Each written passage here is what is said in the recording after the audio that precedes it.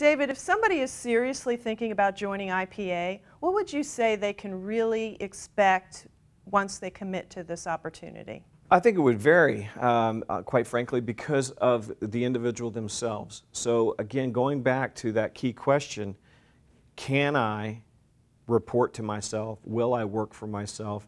That's the number one factor. So when people have that burning desire, that self-motivation, their personality traits, if you will, lead to that personality type, regardless of whether it was the IPA family opportunity or some other opportunity.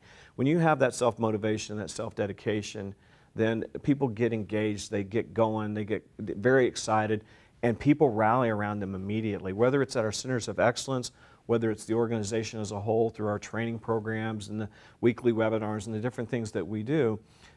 People that engage very quickly are rewarded very quickly.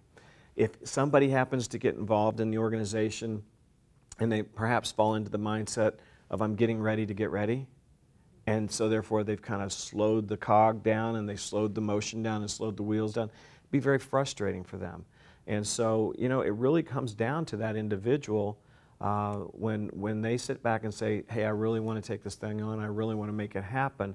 I see this as a huge, huge advantage for me and my family and for the other things in life that I want to enjoy, not just career, but personal. The sky's the limit.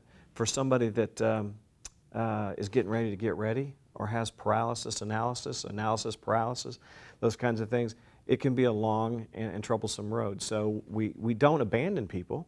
Our mission is, no matter whether it's somebody that's been here 1 month or 5 years or 10 years, is one thing, is to leave them better when they leave as opposed to when they came. So you asked me earlier about, well, how do you really define success, or how does the person in the IPA family really define success for themselves? Well, for me, in my personal perspective, it would be very simply that they retire and leave the IPA family on their terms. So if somebody has a dream or a passion of wanting to obtain $100,000 in equity, as an example, to open up a fish and bait and tackle shop, and that's in the mountains, and that's their dream, and that's something that they really want to go after, well, if they achieve that over a period of 3, 4, 5 years, whatever it may be, that is success here.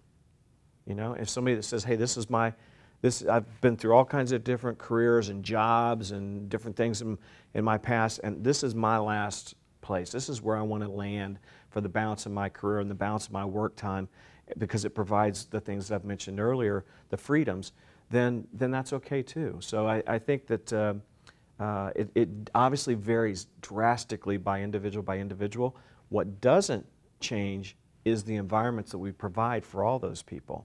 So, you know, if somebody becomes a part of the IPA family, and there's mutual benefit for them as well as us, and this happens from time to time, and somebody has a life event happen, or they have a change of heart, you know, we will always support that person in terms of, you know, helping them move on to a new road or a new career.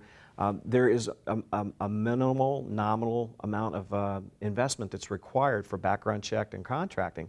Well, if somebody comes on board and, you know, 2 weeks later they say, hey, I've had a change of heart, we're going to give them their investment back. We're not going to sit back and say, sorry, Charlie, too bad. So we're always looking, at the core of it all is always to do the right thing.